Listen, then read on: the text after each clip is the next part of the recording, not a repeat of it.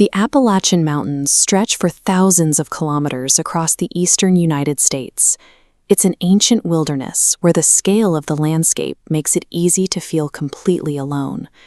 For generations, people in these hills have shared a specific warning. If you hear someone call your name out in the dark, never answer. This is an illustration of a specific neural pathway. When we hear our own name or a familiar voice, our brains trigger an involuntary response. We are biologically tuned to turn toward that sound before our conscious mind even has time to question it. The Appalachian legend centers on an entity that weaponizes this specific hardwiring. It uses our social reflexes to bypass our survival instincts. In 1987, an 18-year-old named Michael was camping with two friends. At 2 a.m., he woke to a voice calling his name from the darkness outside his tent.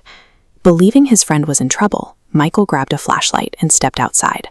By trusting that familiar voice, he was walking directly into a trap designed to exploit his sense of social obligation.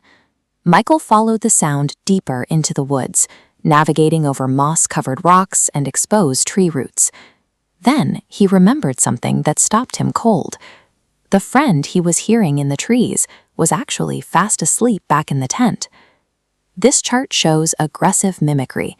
Predators replicate familiar signals to lower a target's guard. This entity hacks human social bonds, using a trusted voice to neutralize natural caution. Hearing a loved one's voice when you know they are elsewhere creates a profound sensory conflict.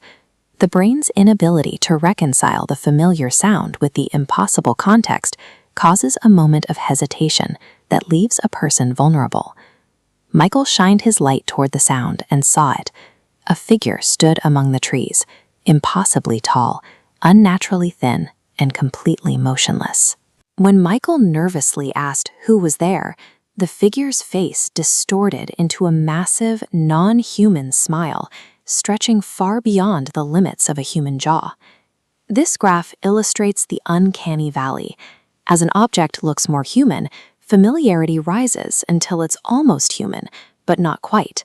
Then the feeling drops into a deep well of revulsion.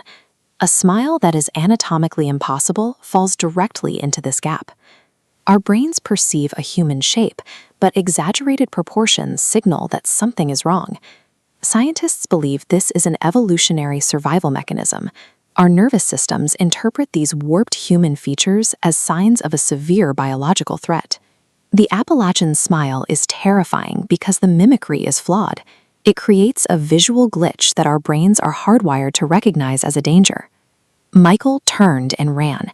He heard rapid footsteps right behind him, keeping pace with every stride as he scrambled back to his camp. He reached his friends only to find they were already awake. They had been about to enter the woods because they had just heard Michael's voice calling to them from the dark. This suggests a highly adaptive hunting style.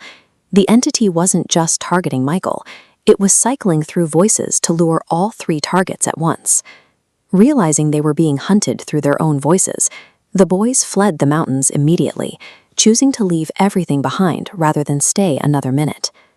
Months later, Michael was back in his suburban home, miles away from the Appalachian wilderness.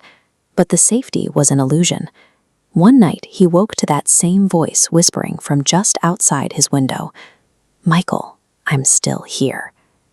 The terror of this folklore isn't just about a physical encounter. It's the idea that once the mimic has your voice, it has a permanent way to reach you. Whether these stories are literal encounters or modern folklore, they cap into a specific anxiety, the fear that our social instincts can be hijacked by something that isn't human. You can leave the forest, but you can't leave your own biology behind.